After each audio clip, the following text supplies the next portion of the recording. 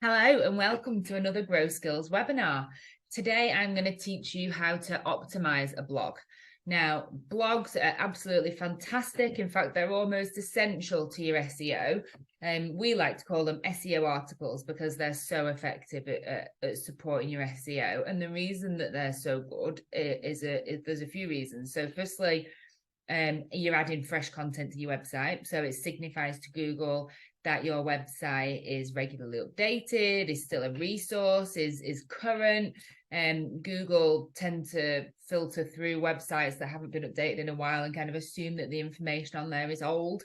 So even if your page content is up to date, if you're not regularly updating your content on your website, then Google won't kind of give it as much rank goodness and rank credibility. And so adding blogs kind of helps that. The other reason is that it gets your blog, your keywords into Google. So if you've ever read the book, They Ask You Answer, which I know a lot of people go on about, that's the basis of content marketing essentially. And it's the principle of people are asking questions of a search engine. Sorry, that was me dropping my slipper into the bin, that big thud. I hope you heard it, otherwise I just look like I've gone crazy.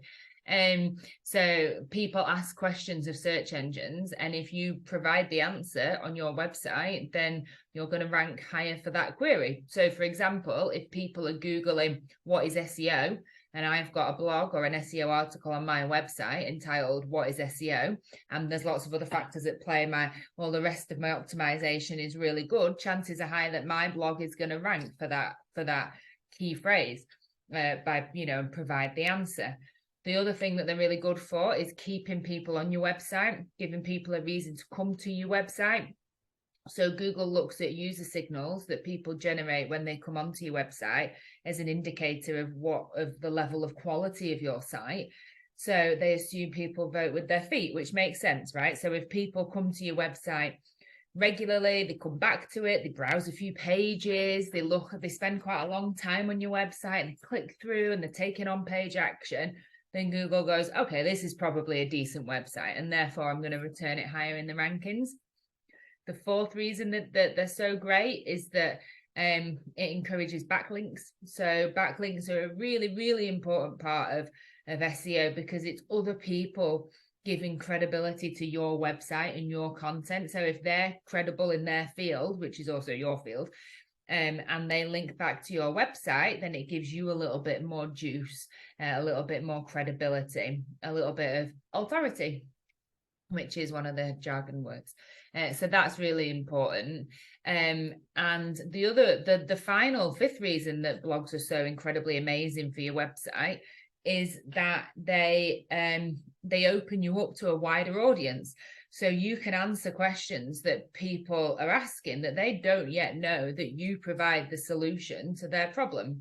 So an example I always give is odor eaters, kind of taking the bad smells out of people's shoes. So I don't know why it just came to me once and it stuck. So some people will Google how to stop my shoes smelling. So they know that they've got a problem, but they don't yet know that you provide the solution if indeed your business is odor eaters. So, then you would have a blog on your website that says, oh, your shoes smell because your feet are sweaty. So buy some nice socks, blah, blah, use this product. Same with SEO. If people are Googling, how do I get my website further up Google? How do I get more business? How do I get more traffic? SEO is the answer, but they don't yet know that they need SEO because they're asking the very kind of top level question. So I write articles on our website. I don't. Grow Traffic writes articles on our website, blogs that answer the sorts of questions that people have when they're very high up the funnel, up the marketing funnel, the sales funnel, and they're in that kind of awareness phase. It's even higher up, informational. They want to know some information and they don't yet know that you exist, but you can provide them the answers and pull them down into that awareness phase. And so blogging is really, really crucial, but you know that because you're here, so you're already blogging.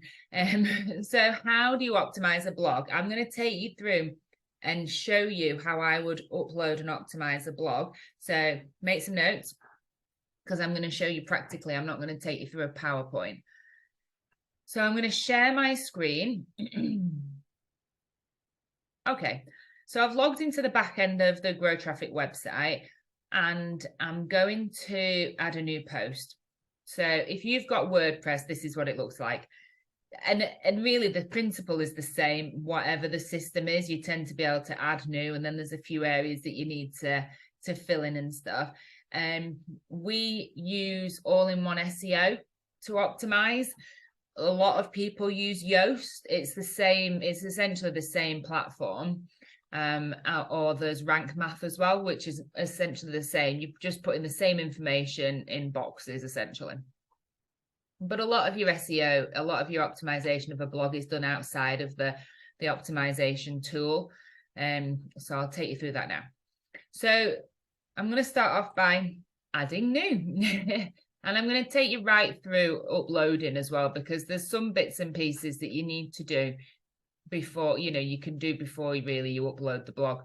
So I'm going to give my blog a really good title, and it needs to be the sort of question that people are asking in search engines. So we do have another webinar on picking the right keywords. So I recommend you go back onto our YouTube page and have a look at some of our previous webinars, because that will help you really kind of pick a keyword and go through the long tail keywords to find one. But let's pretend that for this blog, my title is going to be "What is SEO?" So it's a title, so I'm going to use capitals.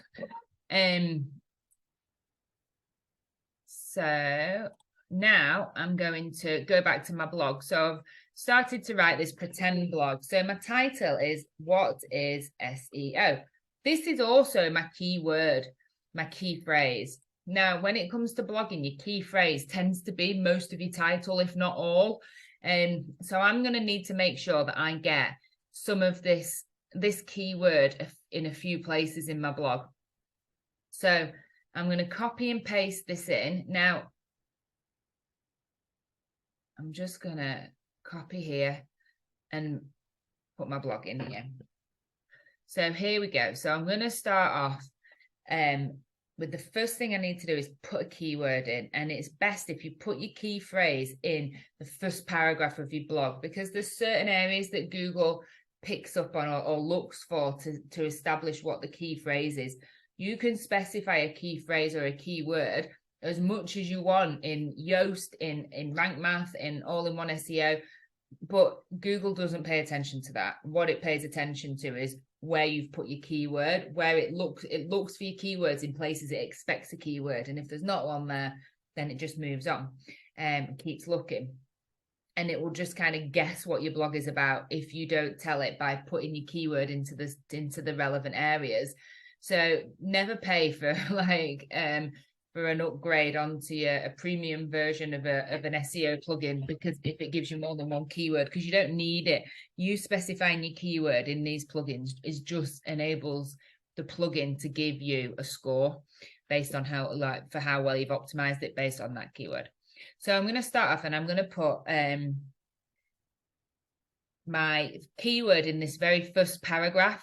So what is SEO? Now, it might be difficult for you to get in what is SEO. You might have SEO is, and Google is sophisticated enough to understand that what is SEO is more or less the same as SEO is. So you don't need to type what is SEO over and over again. Google is sophisticated enough, but Yoast is not. So don't be fooled by Yoast. You don't have to chase that green traffic light if actually your common sense is prevailing. So I'm going to write here, SEO is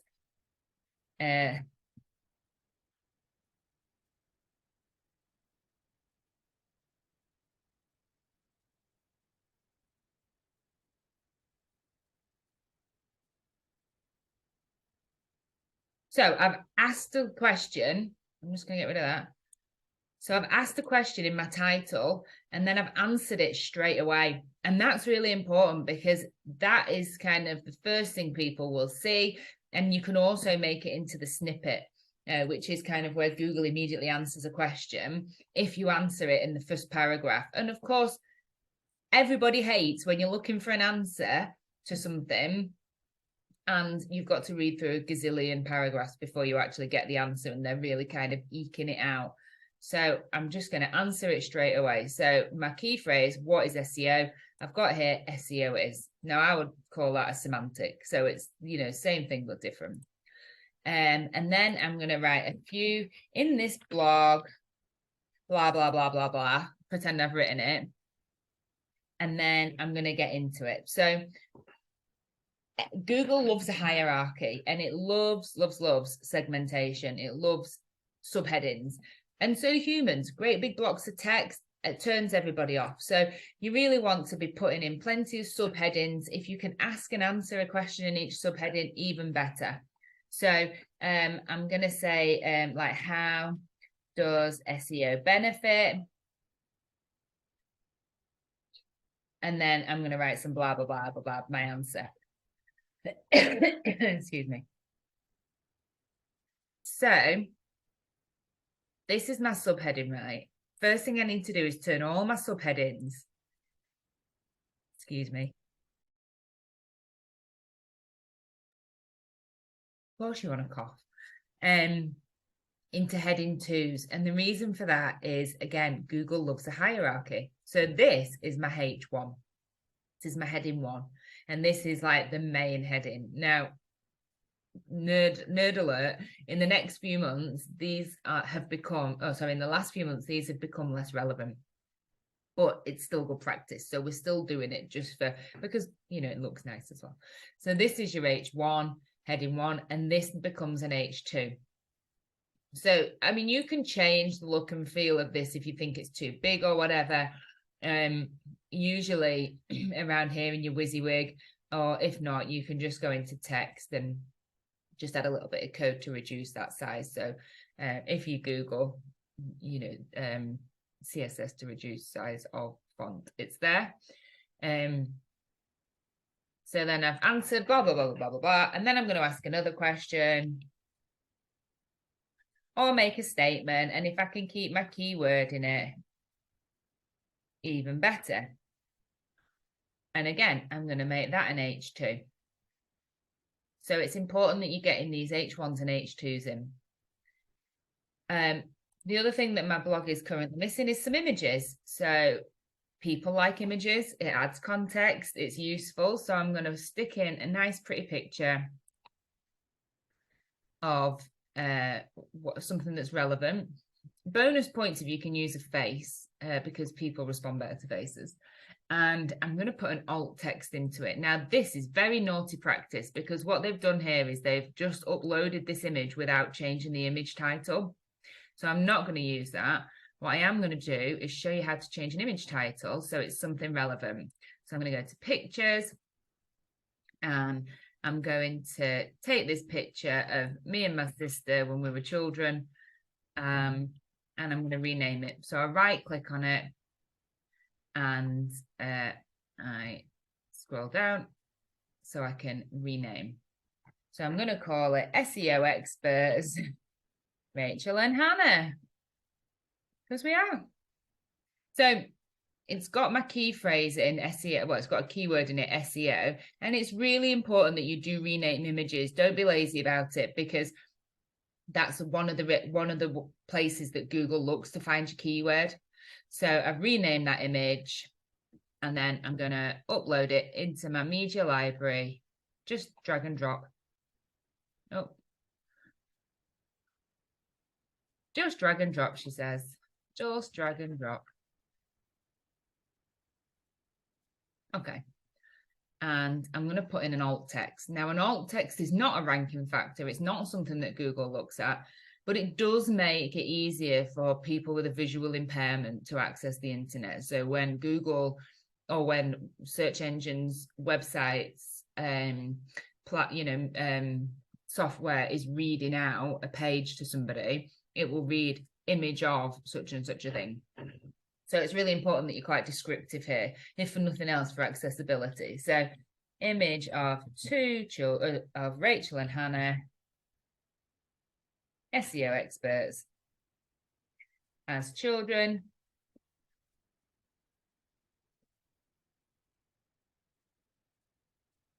So Image of Rachel and Hannah, SEO experts as children for blog by GT on what is SEO. So I've got my key phrase in there. I've got the title matches up. So I'm going to insert that into my post. And put the wrong one in. Oh, it's put 2 in. So I'll just delete this one. I don't want that one. I want us. Now in WordPress, it's handy because you can just drag the drag to change the size. I can align it left. I can align it right so that my font wraps around it. Or I can align it centrally. So I'm going to have it centrally. So I would go through, I'd stick my little pictures in, I'd carry on writing. I need some internal links. So internal links are a really clever way of bots, Google bots, spider bots, crawling your site. So it helps Google understand the relevancy of a web page to the blog. So if you've got an article that's about SEO and you link it to other relevant SEO pages on your website, then it suggests to Google that it's that this other page is worthwhile, that it's linked to this topic, that it's also about this keyword. Also, it helps the bots navigate. So it just kind of allows the bot to figure out the sitemap because it can get from page to page. And thirdly, it keeps people on your website for longer because they click in, they think, oh, I want to know more about this. So I'm just going to click down and see more about this page. This looks like an interesting, relevant article. So I'll click on this. So it really is important that you internally link around your website. So I am going to just highlight and add a couple of links. Now, you wouldn't typically do it in your first paragraph. So I'm going to just come further down and pretend that this is something relevant. So I'm just going to highlight and click and start typing in and see what I can come up with. Okay, so I'm going to do, the ultimate guide to page titles in SEO. That sounds like a good one. So I'm going to link that to that. And on the front, didn't do it. It's worthwhile just checking that it's actually done it. There you go, it's actually done it. So I'm going to go through my copy and put in a few internal links. And the other thing that I want to do is put in some external links. So like you would if you're writing a piece of academic, an academic paper, you would reference other websites that you've used, other industry experts, to show that you've researched, to show that you're credible, to show that you've got the authority and information to be talking about this subject. So externally linking is a really crucial part of SEO. And I would mainly do it on blogs. You don't typically externally link on your web pages because you want people to stay on site, but we would do it on blogs. So the process is the same. You just find something, what is SEO? And, I'm just going to, for the sake of argument for this, find an article and link to it. Now, don't be afraid to link to your competitors because you want your competitors to link to you too, because really what you're focusing on is providing a quality resource to your clients. So obviously, if they're like a really direct competitor and they do the exact same thing as you, then don't link to them. But if they're just kind of your search engine competitors, then it is worthwhile linking to them because it will help you overtake them. So like Search Engine Land, they don't do the same thing we do, but they are our search competitors. So if someone's Googling what is SEO and Search Engine Land comes up first, which obviously they do, I want to come up first. So they're our search engine competitors. So I'll link to them. And obviously you wouldn't put your word on external links. It's a good point actually about anchor text. So the text that you hook the link onto is called anchor text. And when you're doing internal links, you really want it to be on a keyword. So you wouldn't say like, click here to contact us and put the link on here. You would put the link on like contact us. Obviously if you say contact us here, like you would want the link on here. So just remove the word here and just say contact us and put the link on the keyword. Or, if you're linking through to blogs here, I would put the keyword on, if I wanted to link through to something about blogs, I would put the anchor, use the word blogs as my anchor, put the link on the keyword. So that's that. So we've gone through putting your keyword in the header, putting your keyword in your H2 tag, and badging up as an H2 tag. We've done internal links, we've done image titles, we've done external links, and the multitude of H2 tags. In terms of length, I would say don't let your blog be any less than 300 words, and there's no upper limit. But just make sure that it is answering people's questions and giving them context. So once I've done that, I've gone all the way through, I've written 300 words, I'm really happy with it. I've got some calls to action in there. I'm going to start adding in some tags. So tags are the way that people can search for your content. So you might want to have, you might have a list of most used tags that you can use, or you might just want to type them in. So I'm going to go ahead and type some in. So it's blogs, optimizing blogs, SEO, and I'm just going to literally bash some in, maybe 5 or 6. Digital marketing, I'm going to pick a few of these, search engine optimization. I also need to categorize it. So usually you need to categorize it as news, but you might also want to do more like additional categories to help people work their way through your website better, especially if you've got a knowledge bank or a knowledge, like a resource library. So I'm going to put this as SEO, and what else can I use? You can have more than one category as well, and you can always create new categories, knowledge base, and that'll do. I'll just have that blog as well. Any that's relevant, any that you want it to show up in. If I wanted to add a new category, I'd just do that there. In WordPress, that is. Okay, so I'm happy with that. So now we're on to kind of what you do in Yoast or SEO, all-in-one SEO or Rank Math. So your snippet is this. Now this needs to be between 120 and 160 characters, including spaces. Write that down. And you want it to have your keyword in it or your key phrase. Doesn't matter where it appears. It's not a ranking factor, but what it does do is it encourages people to click through. It gives them an indication of what your page is about and what information they're going to find on it. Sometimes you would answer the question straight away. Sometimes you would tell them what they're going to find in this blog. Usually you would have a call to action in it. So it's called snippet. It's sometimes called meta description.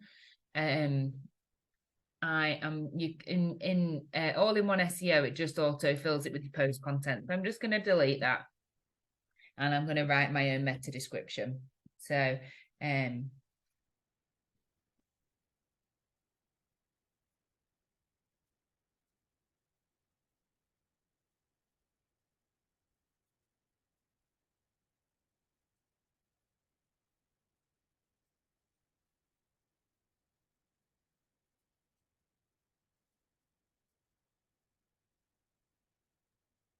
now, there's some typos in this, and I don't want typos. So it's really important, because this is the first thing that people see of your website. It's really, really important that you make sure that it's spelt correctly, that there's no typos.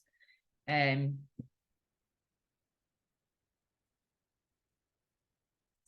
going to put a call to action in.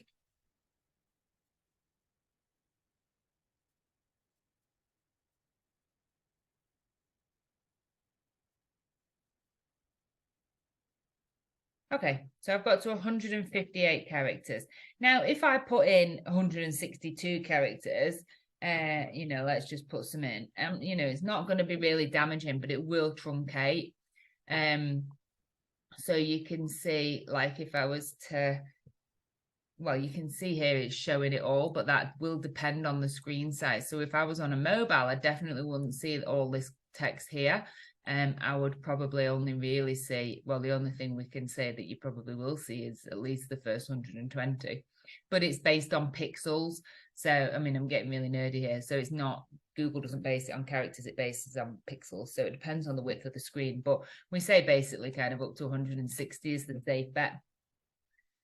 Focus key phrase, like I said, you can stick it, you can put anything you want in here, and it's really so that whatever plugin you're using can tell you how well you've done. So in all-in-one SEO here, it tells me the content is below length, the meta description is no longer over 160 characters. My title's too short, but I have got internal and external links. Yoast will tell you if you've used that keyword before. If you've used that keyword before, you need to change one of the, like wherever, one of them that's got the keyword, so that each keyword is only used once. So then I'm going to go up and change my title. So in your blog, your page title, your meta title, your post title, whatever it's going to call it, your SEO title is probably going to be the same as this. But on your web pages, when you go to optimize a web page, you don't want it to be the same, because this was likely to be home or about us. You want your title to be representative of what the page is about, and to have your SEO, your keyword at the beginning of it. So this is a ranking factor. So it's really important that it's at the beginning. Most websites will have the title of the website as a suffix, so that's fine. You can change this entirely by editing it here. And really you would like it to be kind of no more than 60 characters. Some plugins for optimization get a bit picky about having it too short, but you know, this is a really relevant title, so we don't want to add loads of jargon and, you know, loads of nonsense just for the sake of it. So we'll stick this in, and again, common sense is prevailing over a kind of dumb tool such as Yoast or all-in-one SEO or whatever. So I'm just going to kind of leave it at that, even though it would rather I put in a few more characters. And then that's pretty much it. I'm just going to check that I'm happy with it, and check that I've got all my bits in it that I want to have. So I've got a title with a key phrase in it that makes sense. I've answered my question at the beginning. I've got my keyword at the beginning.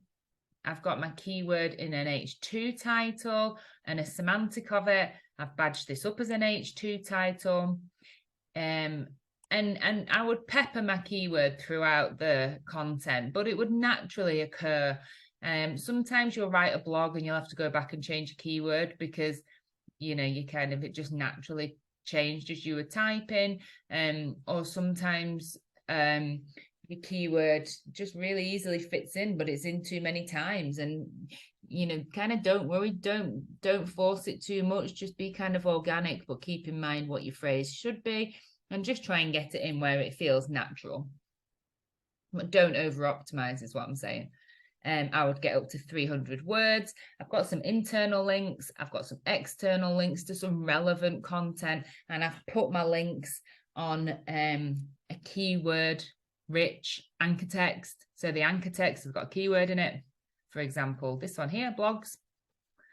And I would have had a call to action in it if I'd have written a proper blog. I've categorized it so it can be easily searchable on my website. And the same reason I've also used tags. I've made sure that my image title is a sensible one, and it's not just a string query, and it's relevant. It's got a keyword in it. And I've made sure that my post title, SEO title, meta title, whatever it's going to be called, has got my keyword at the beginning, and it's no more than 60 characters with spaces. I've put my meta description or my SEO description or a snippet, whatever it's going to call it. It's all the same thing. My key phrase or a semantic of, because it makes sense like that, is in there, and it's no more than 160 characters with spaces, and I've got a call to action. I have specified my key phrase because I want to just get a kind of bit of feedback on this, on how well I've done. And if you are using Yoast, you'll not get a traffic light if you don't specify your key phrase. And we all love those greens, don't we? So then the last thing to do is to set a featured image. Now, this is the image that will show up on your main blog page. So here at Grow Traffic, we have got our kind of on-brand blog titles. So you can see we've got 2 or 3 that we use, different colors, and we stick the title on different images. So I'll just pick this one and pretend that I've done it properly. It needs an alt text.